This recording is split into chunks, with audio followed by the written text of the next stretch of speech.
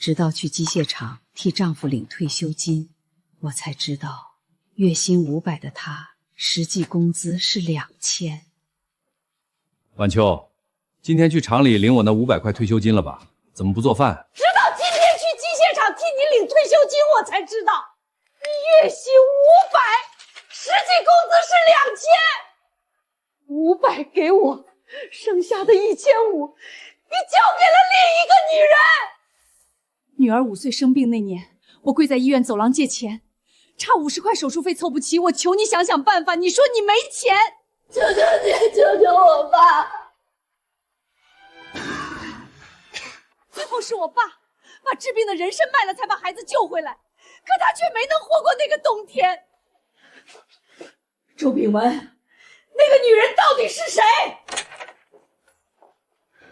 妈，你别闹了，秀云妈妈一个人不容易，我爸帮衬帮衬她怎么了？秀云妈妈，我终于明白，40年的婚姻里，丈夫一直拿钱喂养白月光，而我的女儿早就认了小三做妈妈。妈，我不是这个意思，我刚才是……人下意识脱口而出的话才是真心话。40年来，周炳文每月都雷打不动地交给我500块，起初日子确实过得不错，500块够养活一家3口。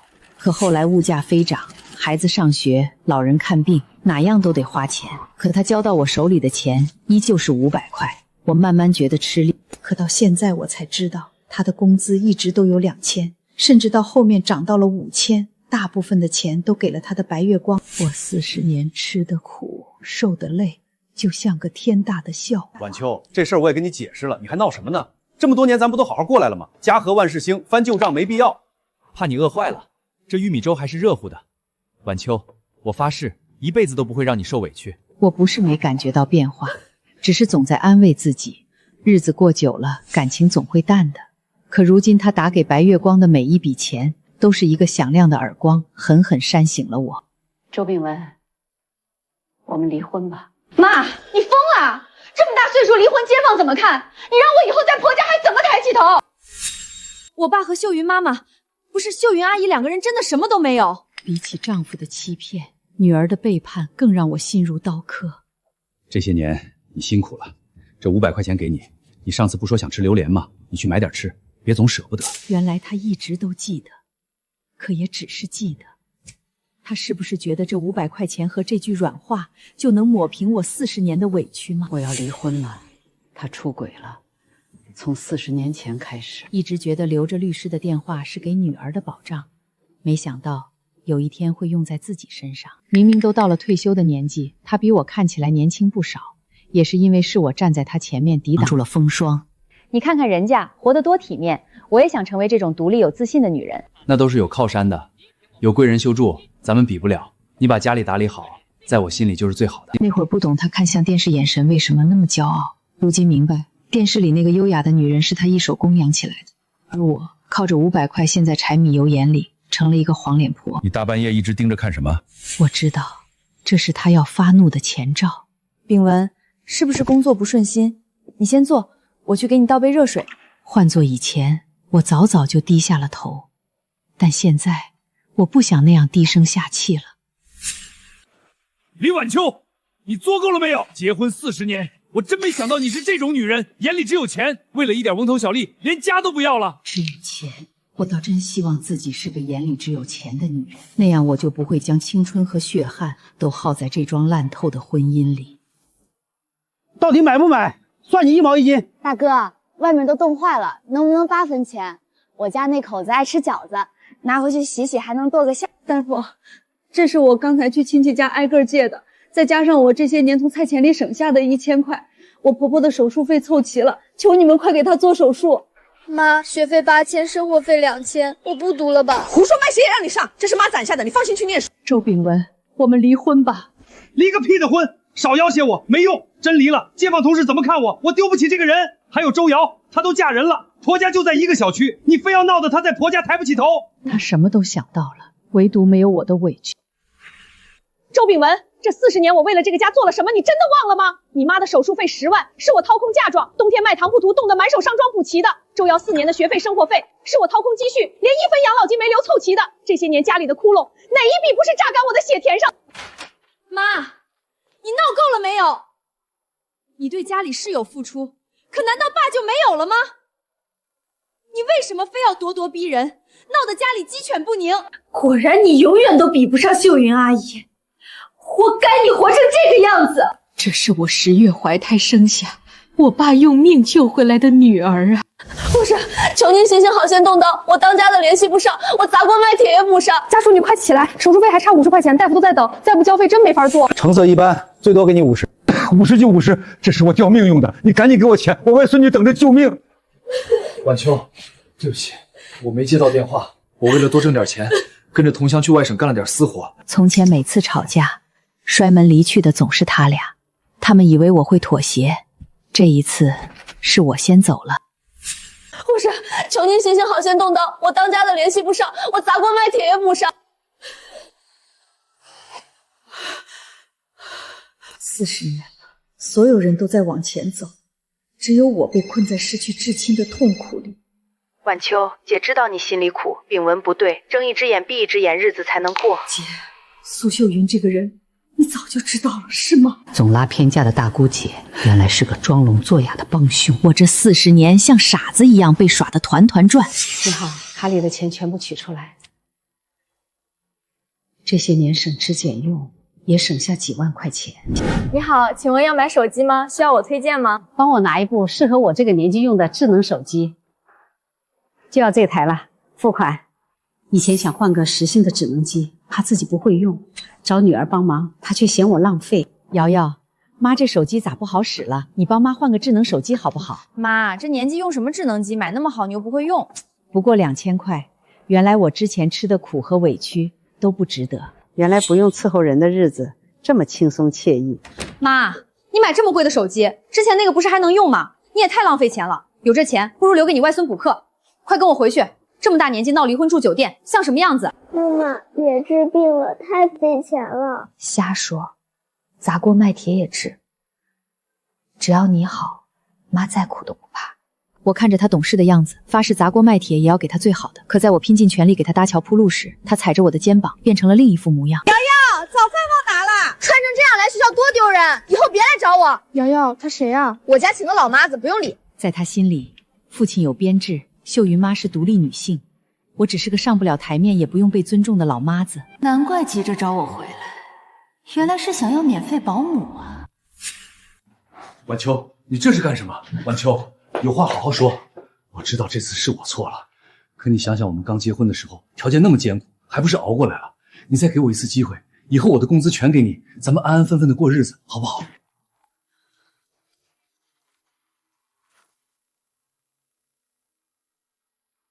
爸妈把你告了，他告你婚内出轨、偷偷转移夫妻共同财产，还要你把这40年私自处置的夫妻共同收入全还回来，总计150万。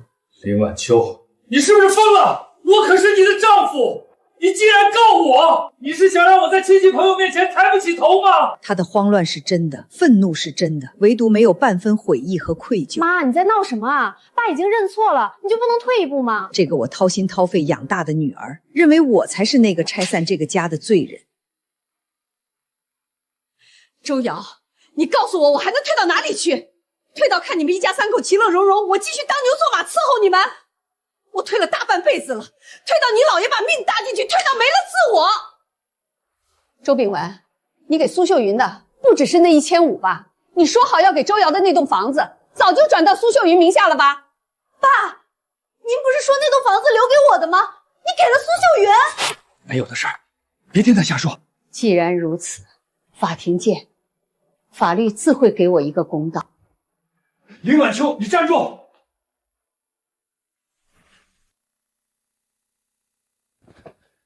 你真要闹到法院去？40年夫妻非把事儿做绝吗？你马上撤诉，算我求你，以后工资卡全交，我发誓不再跟秀云联系，行不行？妈，你非逼死我们才甘心吗？你这一走还在外面告我爸，我婆家怎么看我？你能不能别这么自私？你在乎的是我这个人，还是怕法庭逼你吐出那150万？周秉文，收起这副嘴脸，我嫌恶心。你怕在婆家抬不起头，却不怕亲妈在周家做一辈子保姆。既然你觉得我自私，以后去找你的秀云妈，我就当没你这女儿。林晚秋，你你别给脸不要脸！你再碰我一下试试，信不信我现在就报警，让全小区街坊都来看你为了小三怎么逼原配。现在我只剩唯一的朋友美华了。李美华是世上唯一见过我为了省2分盐钱在菜市场捡烂菜叶的人。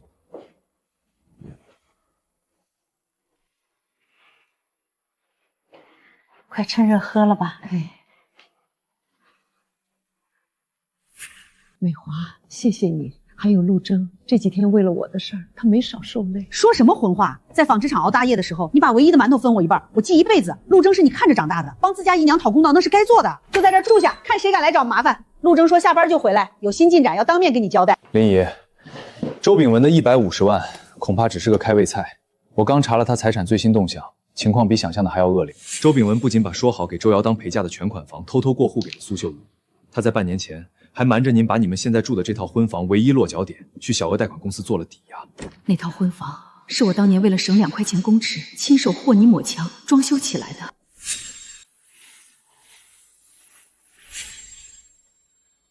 他抵押了多少？100万。这笔钱全汇入了一个叫秀云艺术工作室的账户。工作室名义上卖画，实则连年亏损，法人就是苏秀云。40年的供养，最后他不仅要我的钱，还想把我赶去大街流浪，给那个女人铺路。林姨，既然他做绝了，我们不用顾忌。我已经向法院提交家族诉前财产保全申请，半小时前财电书下达。从现在起，周炳文名下所有工资卡、出学卡，甚至打满血汗钱的社保卡，全部被司法冻结。他现在1分钱也别想动。干得漂亮！小郑这事办得太解气了，就该冻结那老王八蛋的钱，看他拿什么去倒贴老狐狸精。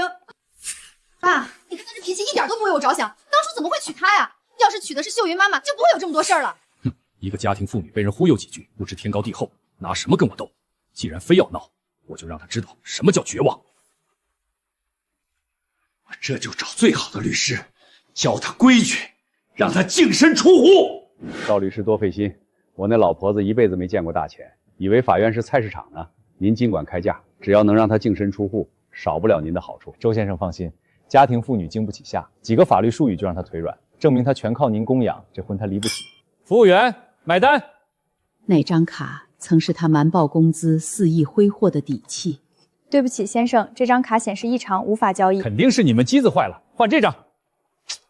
对不起，先生，这张也刷不出来。刷不出来？这怎么可能？我下午还取过钱。或许是您妻子申请了财产诉前保全，冻结了您所有账户。这个疯婆娘居然真敢跟我玩阴的！赵律师，让您见笑了，这事儿出的突然，我先出去打个电话。喂，老李，手里宽裕吗？先给我转6000块钱应个急。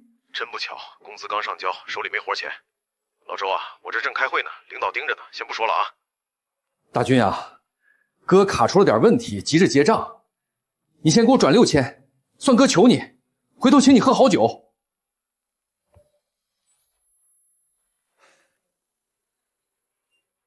在服务员本一仪的目光下，周炳文几乎是落荒而逃。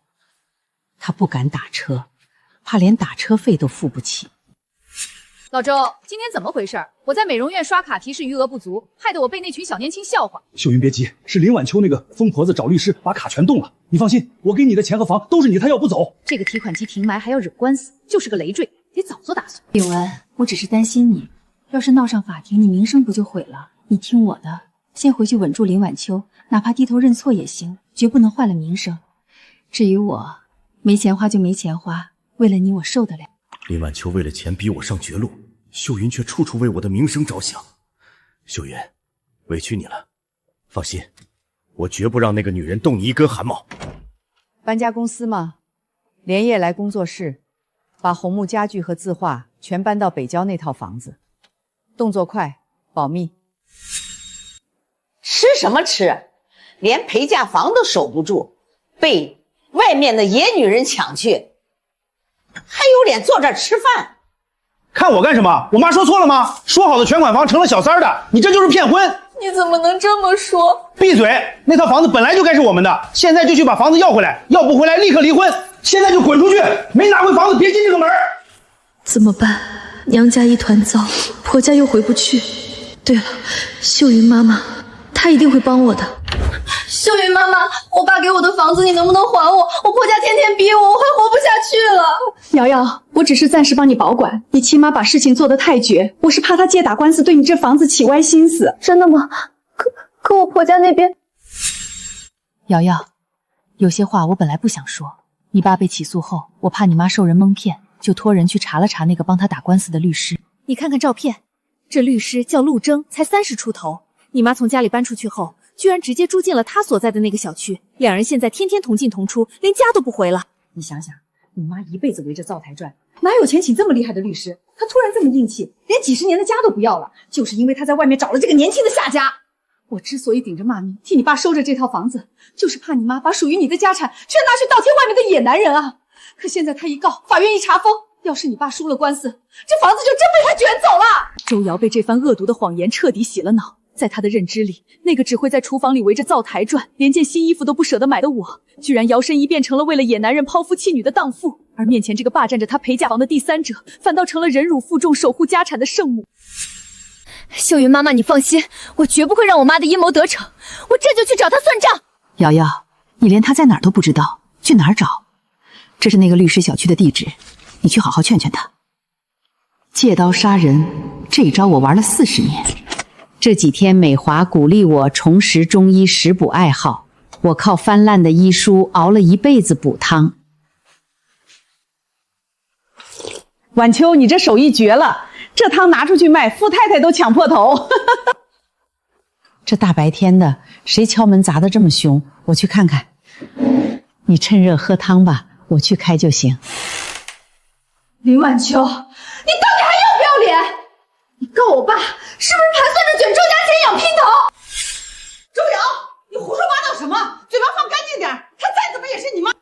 别装了，秀云妈妈都告诉我了，你找了个年轻律师，不仅冻结了我爸的卡，还想要霸占我的房子。你这种没文化的黄脸婆，竟然也学着别人在外面乱搞，你让我以后在婆家怎么抬得起头？胡说些什么呢？林晚秋，我今天就把话撂在这儿，你要是不马上去法院测诉，我就当没你这个妈，我们立刻断绝关系。他以为只要他搬出断绝关系，我就会像过去40年里的每一次那样，为了所谓的母女情深低下头，去满足他的任何无理要求。可他忘了，一个人如果连心都死了，又怎么会被几句鞋困住？翻开看。1998年冬天，你8岁，心肌炎恶化要动手术，差50块钱。你爸在外面陪苏秀云吃西餐，是你姥爷拖着病体街上把救命的人参贱卖了。后来你活了，他没熬过那个冬天。2008年你考上大学，4年学费加生活费一共6万。你爸说没钱，是我在纺织厂干完3班倒，又去外面卖糖葫芦，手上的冻疮裂了，流血流了又结痂，才把你送进了校门。2016年你结婚，你哭着说婆家看不起你，非要一对古法金镯子充门面。为了给你凑那2万块钱，我去雪山卖了3次血。可你转手就因为苏秀云夸了一句好看，把自己粘着我鼻子镯子送给了他。卖血供他读书，他还倒打一耙污蔑亲妈出轨，这还是人吗？就是啊，拿亲外公的命换来的命，竟然去认小三儿当妈，真是个白眼狼。那是你自愿的，谁让你没本事管住我爸的钱？是啊，我最错的是嫁给你爸这畜生，还养了你这吸血鬼。既然你一口一个秀云妈妈要断绝关系，好，成全你。从今天起，你周瑶和我再无关系。晚秋，你给我开门！晚秋，心里觉得难受就哭出来，千万别憋着。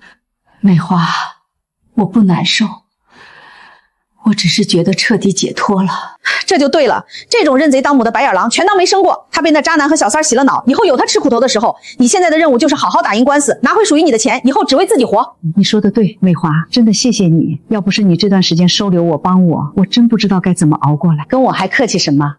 咱们可是当年在纺织厂一起熬大夜的交情。我的家就是你的家，以后再跟我提谢字儿，我可要生气了。房子要回来了吗？没用的废物，连套房子都拿不回来，你还有脸回来？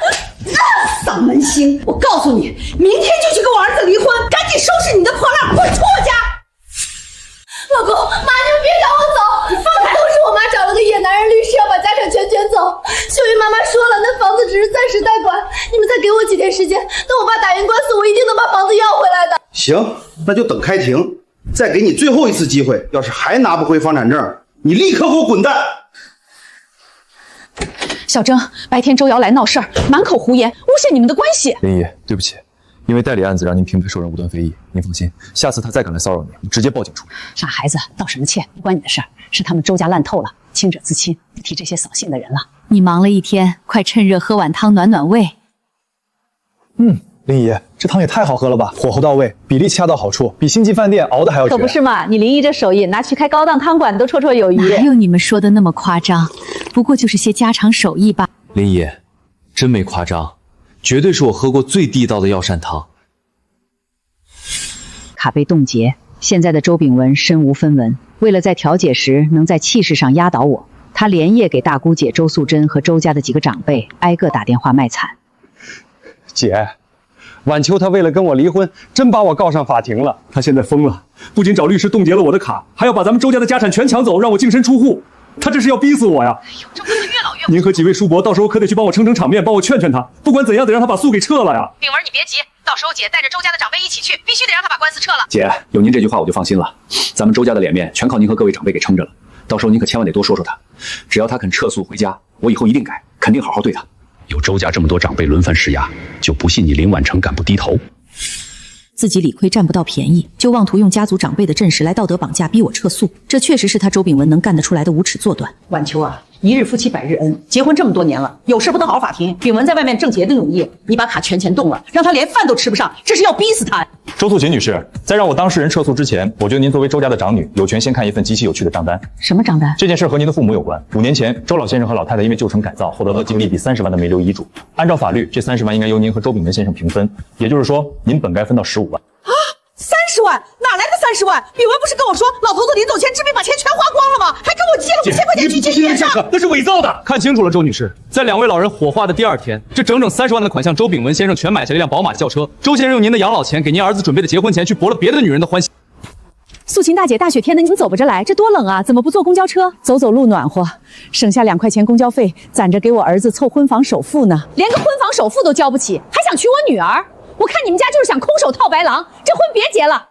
亲家母，你再宽限几天，我一定能借到钱把首付凑齐。没钱就别结。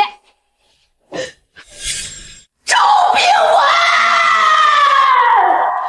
你简直一点良心都没有，拿着我的钱在外边乱来，你对得起我吗？姐，别打了！苏静，不要在调解室打架。晚秋，好弟妹，这婚必须离，你一定要追究那个人的。 我出去给你作证，他怎么转移财产的我全说，我只要拿回我的15万。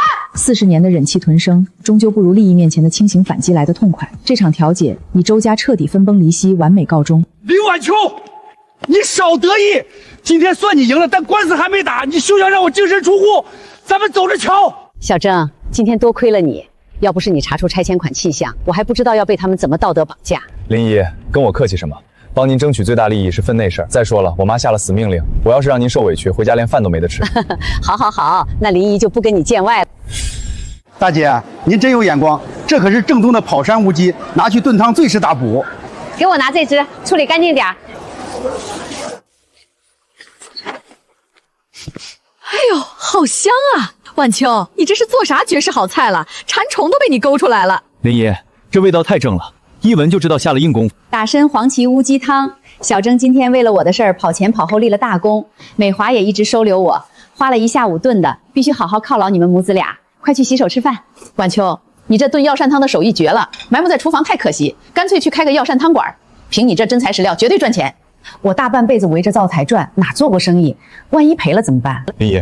我觉得我妈这主意特别好。现在白领高管天天熬夜，最缺您这种真材实料的药膳汤，市场前景好，启动资金法律问题我和我妈都顶。我已经摆脱了烂透家，为什么不能为自己活一次？好，我干。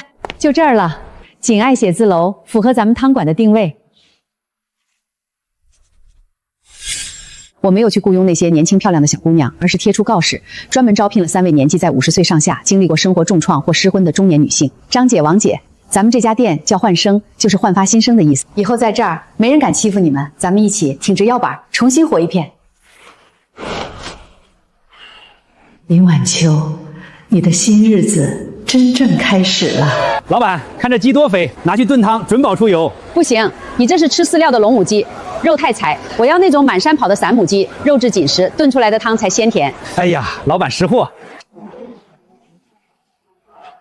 大姐，您真是个行家，一般人可看不出这野生党参的成色。药材好不好，全在汤里头，骗不了人的。林老板，您5点就去进货，现在又亲自盯着火，咱们干嘛不用高压锅压一下？那多省事儿啊！张姐，高压锅炖不出那个魂儿，这汤得温火慢炖足足4个小时，才能逼出骨血里的脂香和药材的精华。每一种药材的配比、浸泡的时长，都是我这40年在绝望和苦难中熬出来的经验。这锅汤也是咱们女人的骨气，绝不能砸了招牌。老板，随便来点热乎的，能咽下去就行。连熬了3个大夜，胃难受的很。姑娘，看你这脸色是气血两虚，喝别的不管用，试试我亲手熬的归强补血乌鸡汤吧。行，快点端上来就行。老板娘，你这汤绝了！我半年都没睡过整觉了。昨天喝了这盅汤，回家倒头就睡，睡得特别踏实。今天早上一起来，连手脚都不冰凉了。真有这么神？老板快给我们也一人来1盅。好嘞，张姐端4盅归鸡补血汤，真材实料熬的，保证大家喝了身体有劲儿。林老板，再加1份排骨汤。好嘞，趁热喝，药效才最好，大家慢用，不够再加。林老板，今天这汤还是这么地道，喝完出了一身汗，真痛快。口碑一传十，十传百，短短1个月，汤馆的生意彻底红火了起来。听着客人们一声声熟练的林老板，看着张姐他们脸上重拾的笑容，我这辈子第一次真切地感受到了被人尊重、被需要的价值。没了我的周家彻底烂透了。卡被冻结后，周炳文连水电费都交不起。不能再这样下去了，我得去找秀云，她心善，一定会帮我的。秀云，我能去你那儿住几天吗？炳文，我最近很忙，这段时间不要见面了。连自家亲人都不愿亲近的人，还愣着做什么？赶紧收拾干净！原来那个被我唾弃的黄脸婆，才是这个家曾经唯一的光。开业第1个月，扣除成本，纯利润5万块。谢谢林老板。 40年了，我终于不用再为了每个月500块的接济，卑微低头去讨好任何人。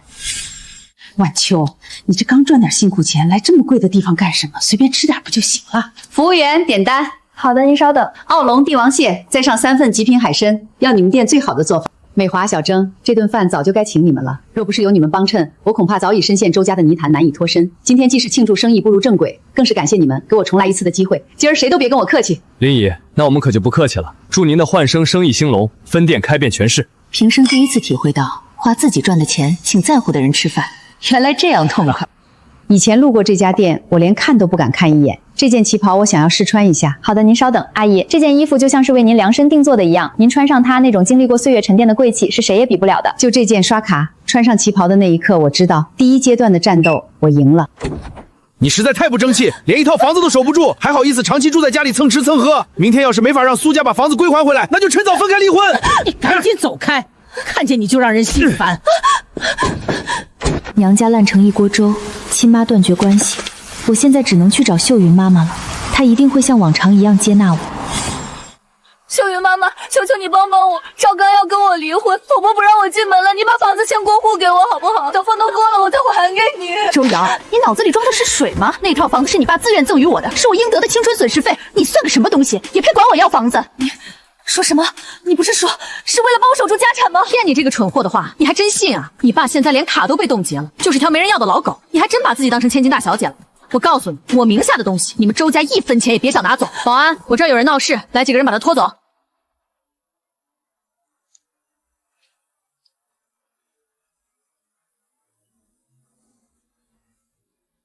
苏秀云日子也不好过，周炳文资金链断裂，加上法院诉钱保全，他名下隐匿资产被盯上。为了养小鲜肉，他急需赚快钱。秀云姐，这是王导的合同，情感大 V 直播访谈，出场费20万。接，我要在直播间力稳我这优雅受害者的人设。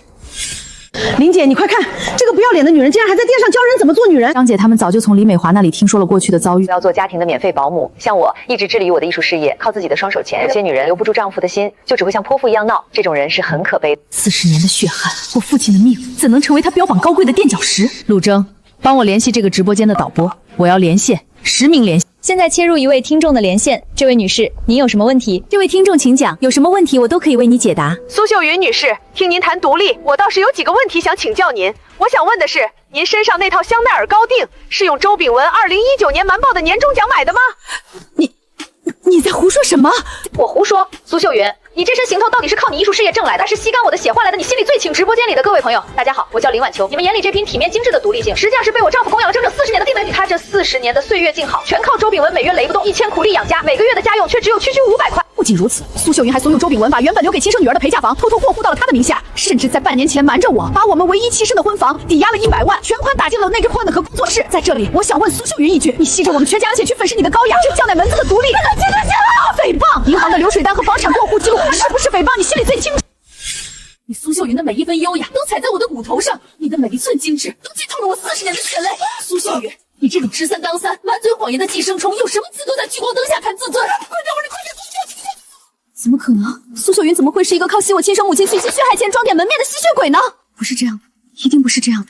我怎么会蠢到为了这样一个水蛭，亲手逼走了全心全意爱我的亲妈，把自己的生活也拉进了地狱？我怎么会这么蠢啊！呸！就是他拿老婆血汗钱养小三40年，连女儿房都给小三儿，真脏，人面兽心。他的个人信息被曝光，前单位领导同事全在转发，连买个泡面都会被吐口水，真正的社会性死亡降临了。老畜生，不要脸！极度的屈辱和饥饿让他想起要去讨回他的沉没成本，那是他曾经引以为傲的爱巢。他以为只要找到苏秀云，要回哪怕10万块钱，他也能熬过这个难关。没钱？你逗谁呢？我没有。这些年那个姓周的老头子可没少把全家的辛苦钱都供奉过来给你，怎么？我跟你在一起5年了，你连一点分手费都舍不得给我？我没有，这是周炳文，他现在真的瞒不过去了。那是你自愿的。别，苏秀云，你不是说他是你的远房表侄吗？你们哟，提款机回来了，正好，你这老头子还没私房钱交出来，省赶紧把藏起来的女神被我打死。贱人，这个贱人！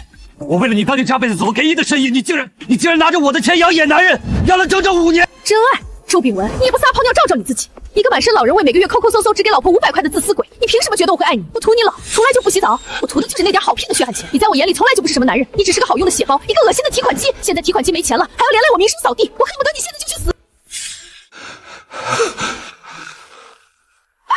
还不赶紧走！这老头子要是死在这儿，咱们俩谁也说不清。队长，120，快来人啊！大姑，我爸医药费欠费了，您能不能先借我点？借钱？你爸吞了我15万，还把周家的脸都丢尽了，我巴不得他早死，还借钱给他。3床家属，今天再不交费就要停药了。打我有什么用？房子没了，婆家不要我了，你为什么要把钱都给那个小三儿？今天带大家打卡市中心最火的焕生药膳汤馆，快看，这位就是气质高雅的林老板。离开周家后，我不仅把日子过得风生水起，还成了远近闻名的女强人。老板，就便宜2块钱行不行？孩子要开运动会了，我身上就剩这50块菜钱了。大姐，这都底价了，你都磨了半个钟头了。求你了，哪怕1块钱也行，剩下的我回家少买2个馒头就省出来了。妈妈，我冷。瑶瑶不怕，妈在呢。妈用体温给你取暖，睡一觉就好了。妈守着你，一辈子都守着你。妈，我错了，你救救我吧，求求你了！阿姨，你让我进去见见我妈，我真的走投无路了。我爸瘫了没钱治病，赵刚要跟我离婚，我活不下去啊！妈，你不能不管我啊！我是你10月怀胎生下来的亲女儿啊！你忘了外公吗？外公在天之灵，要是看到我这样，他会死不瞑目的。你就算不心疼我，也要看在外公的份上啊！你个丧良心的小畜生！你现在知道提你外公了？你去认那个吸干你全家血的狐狸精当妈的时候，你怎么不提你外公？林姐，这种白眼狼你可千万别心软，他这是看你现在过得好了，又想来吸你的血呢。妈，我真的知道错了，你原谅我一次吧，就一次。周瑶，从你选择苏秀云的那一刻起，你就不再是我的女儿了。我这40年的血汗，就当是喂了狗。你记住，你现在的下场不是我逼的，是你自己选的。还有，别提你外公，你不配。那个曾经无条件爱我的妈妈，真的被我亲手杀死。死哪儿去了？你想饿死我啊？我瘫了你就不管我了是不是？一点都不用心照顾老子，养你这个废物有什么用？你还有脸骂我？你以为我想乱跑吗？我刚才去求我妈了，我想求她看在以前的情分上帮帮我们。可是你知道她现在过得有多好吗？人家在市中心开了一家大药膳汤馆，生意火爆的，天天有人排队送钱。她穿着高档旗袍，有钱有底气，过得比谁都体面。她连看都不想多看我们一眼。怎么眼红了？要不是你瞎了眼，非要跟苏秀云那个吸血鬼勾搭不清，把全家的钱连带我的房子都倒贴给他，我们一家3口现在本该跟着我妈吃香的喝辣的。是你亲手毁了这个家，是你把我害成这样，你活该落得这个下场。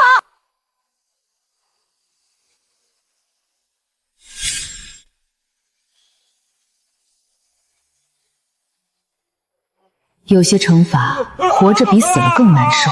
这场关于40年的清算，现在才正式开始。近期的网暴和违约金索赔已经将他彻底折磨垮了。本以为法庭上最精彩的一幕会是我单方面对他们2人的控诉，但我没想到这对比翼鸟为了各自逃避责任，竟然当庭上演了一出狗咬狗的互相撕咬好戏。法官大人，是他骗我的钱，那套房子是他逼我过户的，那100万的打压贷款也是他让我贷的，我没出轨，我是被他诈骗了，他拿我的钱去养野男人。法官，那套房子是他为了弥补我多年的青春自愿赠予我的，至于那100万，那是正常的商业投资，但是工作室经营不善破产了，钱已经全部花光了，你们不能把责任全推到我头上。钱花光了，苏女士。您这谎撒的可不怎么高明。据我所知，你所谓经营不善破产的工作室，就在前段时间还转移了一批字画和昂贵家具。另外，我们通过合法途径获得了您包养的那个叫浩浩的年轻男子的供词。那个叫浩浩的小鲜肉，在发现苏秀云账户被冻结，为了自保，毫不犹豫的出卖。浩浩，你放心，那个老不死的钱早晚都是我的。我已经教唆他把他老婆的那套婚房抵押了，等这笔钱到手，我们就远走高飞，谁也查不到我们头上。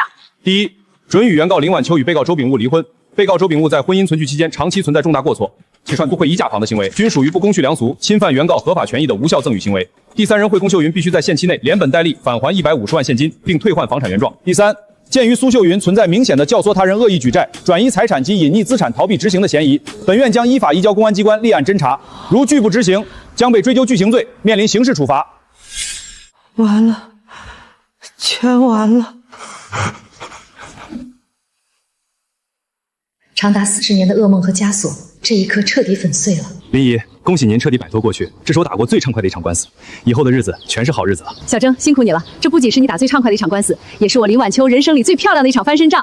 走，林姨，请你和你妈去吃大餐庆功。周秉文，你个丧良心的畜生！那15万遗产加利息，共20万，今天必须全还给我！